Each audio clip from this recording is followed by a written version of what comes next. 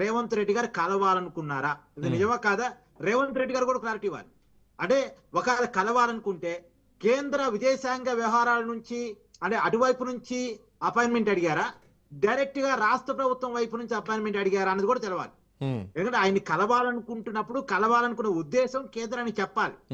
ఎందుకంటే ఆయన పోతుంది ముఖ్యమంత్రి హోదాలో, వ్యక్తిగత పర్యటన కాదు, అది వ్యక్తిగా పోవట్లేదు, అధికారిక హోదాలో పోతున్నాడు. ఈ దేశ ప్రతినిధిగా ఈ దేశంలో ఒక రాష్ట్రానికి ముఖ్యమంత్రి హోదాలో పోతున్నాడు. ఈ రాష్ట్రానికి ఈ దేశంలో ఒక రాష్ట్రానికి ముఖ్యమంత్రిగా అమెరికాలో ఒక నగర మేయర్ ని కలుస్తున్నప్పుడు అది అఫీషియల్ టూర్ కావాలి, అది కేంద్ర నోటీసులో ఉండాల్సిందే. అంటే ఎందుకు కలుస్తున్నాడు, ఏ ఉద్దేశాలతో కలుస్తున్నాడు, అక్కడ ఏం మాట్లాడబోతున్నారు అనేది కేంద్రాన్ని తెలవాల్సిందే. అది రహస్యంగా ఉండటానికి. ఇక్కడ ఇంకో సున్నితమైనటువంటి అంశాన్ని కూడా నిన్న ముఖ్యమంత్రి ప్రస్తావించడం జరిగింది. 2015లో అప్పుడు ప్రధానమంత్రి నరేంద్ర మోడీ పాకిస్తాన్ ప్రధాని కలవాల్సినటువంటి అవసరం ఏమొచ్చింది అన్నది ఆయన చెప్తున్నారు. మోరోవర్ అది అధికారిక పర్యటన కాదు, ముందే ప్రకటించినటువంటి పర్యటన కాదు. సో ఆన్ ద స్పాట్ తీసుకున్నటువంటి నిర్ణయం. అప్పుడు ఆయన ఐ థింక్ సో కాబూల్ నుంచి వస్తున్నటువంటి క్రమంలో ఆ రోజు అనుకోకుండా ఆయన కలవడం జరిగిందన్నది ఆ రోజు కేంద్రమే చెప్పింది. సో అది అధికారికంగా నిర్ణయించింది అని చెప్పేసి ఈ అంశాన్ని ముఖ్యమంత్రి ప్రధానంగా ప్రస్తావించారు. కార్తిక్ గారు, అంటే రాజకీయాన్ని మాట్లాడుకుంటే బాగుంటది కదండి. నరేంద్ర మోడీ గారి దేశభక్తికి సంబంధించి మనం చిత్తశుద్ధిని శంకించలేము, రేవంత్ రెడ్డి గారి దేశభక్తికి సంబంధించి కూడా చిత్తశుద్ధిని శంకించలేము. ఆ స్థాయిలో ఉన్న వాళ్ళు దేశానికి వ్యతిరేకంగా ఉంటారని, కావాలని దేశానికి వ్యతిరేకంగా కుట్ర చేసే వాళ్ళతో కలుస్తారని మనం అనుకోలేము. కాకపోతే చిన్న చిన్న టెక్నికల్ ఇష్యూస్ ఉంటాయి. ఇప్పుడు వీళ్ళకి అంటే మందానితో కలవడం తప్పేంటి అనేది వీళ్ళ ఐడియాలజీ వీళ్ళు ఆలోచిస్తారు. అతను గతంలో కేంద్రానికి వ్యతిరేకంగా, మోడీ గారికి వ్యతిరేకంగా, మన దేశానికి వ్యతిరేకంగా కొన్ని కామెంట్ చేశారు కదా, అతనితో వీలు బయట ఏదైందని వీళ్ళు ఆలోచిస్తారు. అంటే ఇక్కడ ఐడియాలజికల్ డిఫరెన్సెస్ ఉంటాయి తప్ప వీళ్ళేదో మోడీ గారు కానీ రేవంత్ రెడ్డి గారు కానీ పార్టీలు వేరైనప్పుడు కూడా దేశం విషయంలో వాళ్ళ కమిట్మెంట్ మనం శంకించలేం. ఆ స్థాయిలో ఉన్న వాళ్ళు దేశానికి వ్యతిరేకంగా ప్రవర్తిస్తారు అనుకోలేం. మోడీ గారు పాకిస్తాన్ ప్రైమ్ మినిస్టర్ ని కలిసినా అది దేశం కోసమే కలిసి ఉంటారని మనం అనుకోగలం తప్ప దాంట్లో రాజకీయ కారణాలు ఉన్నాయని మనం శంకించలేము. అలాగే రేవంత్ రెడ్డి బట్ ఇక్కడ ముందే శంకించి పర్యటన రద్దు చేశారన్నదే కదా సీఎం చేస్తున్న కామెంట్.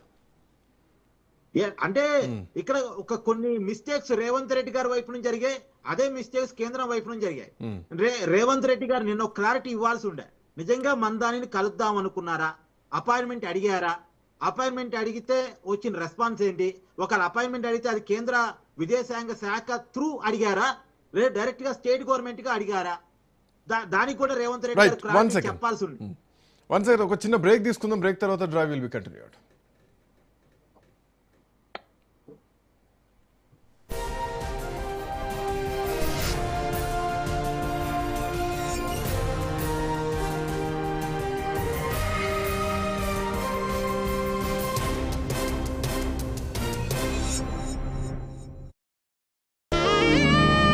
జాతకాలు చూసి పెళ్లిళ్లు చేయాలా? సెకండ్ మ్యారేజ్ కోసం ఎలాంటి ప్రికాషన్స్ తీసుకోవాలి? కుంభ వివాహాలు, కదలి వివాహాల సంగతేంటి? విదేశీ సంబంధాల విషయాల్లో తీసుకోవాల్సిన జాగ్రత్తలేంటి? సౌభాగ్య మ్యారేజ్ బ్యూరో నుంచి శ్రీమతి డాక్టర్ కొనాల భాగ్యలక్ష్మిరెడ్డి గారితో లైవ్ ఫోన్ ఇన్ సాయంత్రం 4:30 మీరు ఫోన్ చేయాల్సిన నెంబర్ 8712022071 8712022073. రేడియేషన్ థెరపీ అనగానే చాలా మంది భయపడిపోతారు. అసలు భయం ఎందుకు ఏర్పడుతుంది? క్యాన్సర్ రోగికి రేడియేషన్ అవసరమా? ఏ పరిస్థితుల్లో చికిత్సలు చేస్తారు? రేడియేషన్ చికిత్స వల్ల వచ్చే సైడ్ ఎఫెక్ట్స్ ఏమైనా ఉంటాయా? భవిష్యత్తులో ఏఐ, రోబోటిక్స్, అత్యాధునిక టెక్నాలజీతో క్యాన్సర్ చికిత్స ఎలా మారబోతోంది? మెడికవర్ హాస్పిటల్స్ నుంచి senior consultant radiation oncologist doctor Kandra Prashanth Reddy గారితో లైవ్ ఫోన్ ఇన్ మధ్యాహ్నం 3:30 హెల్త్ కేర్ లో. మీరు ఫోన్ చేయాల్సిన నంబర్ 8712022073 8712022071.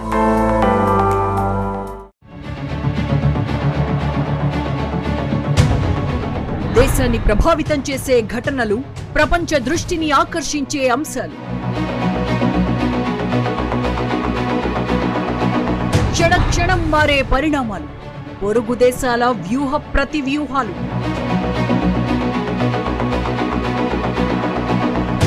సామాజిక సమస్యలపై నిఘా నేత్రం. సమకాలీన అంశాలపై సమగ్ర కథనం.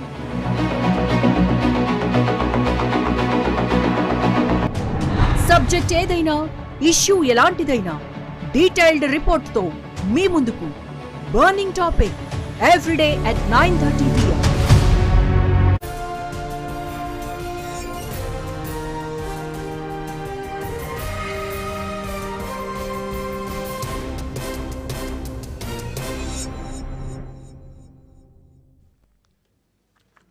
Welcome back. సో తెలంగాణకు అవమానం జరిగింది, తెలంగాణ ప్రజల ఆత్మగౌరవం దెబ్బతింది. తెలంగాణలో భారతీయ జనతా పార్టీకి ఇక్కడ 8 మంది ఎంపీలను 8 మంది ఎమ్మెల్యేలను ఇస్తే తెలంగాణను కనీసం పెట్టుబడుల కోసం అమెరికా పర్యటనకి వెళ్తే ఆ పర్యటనను అడ్డుకున్నారు కొన్ని కారణాల రీత్యా, అంటే రాజకీయ కారణం రీత్యా అని చెప్పేసి. సో ఇందులో రాజకీయ కారణం రీత్యా అడ్డుకున్నారన్నది ప్రధానంగా ముఖ్యమంత్రి చేస్తున్నటువంటి కామెంట్. మోర్ ఓవర్ గుజరాత్కే ప్రయారిటీ ఉంది, తెలంగాణకు లేదు.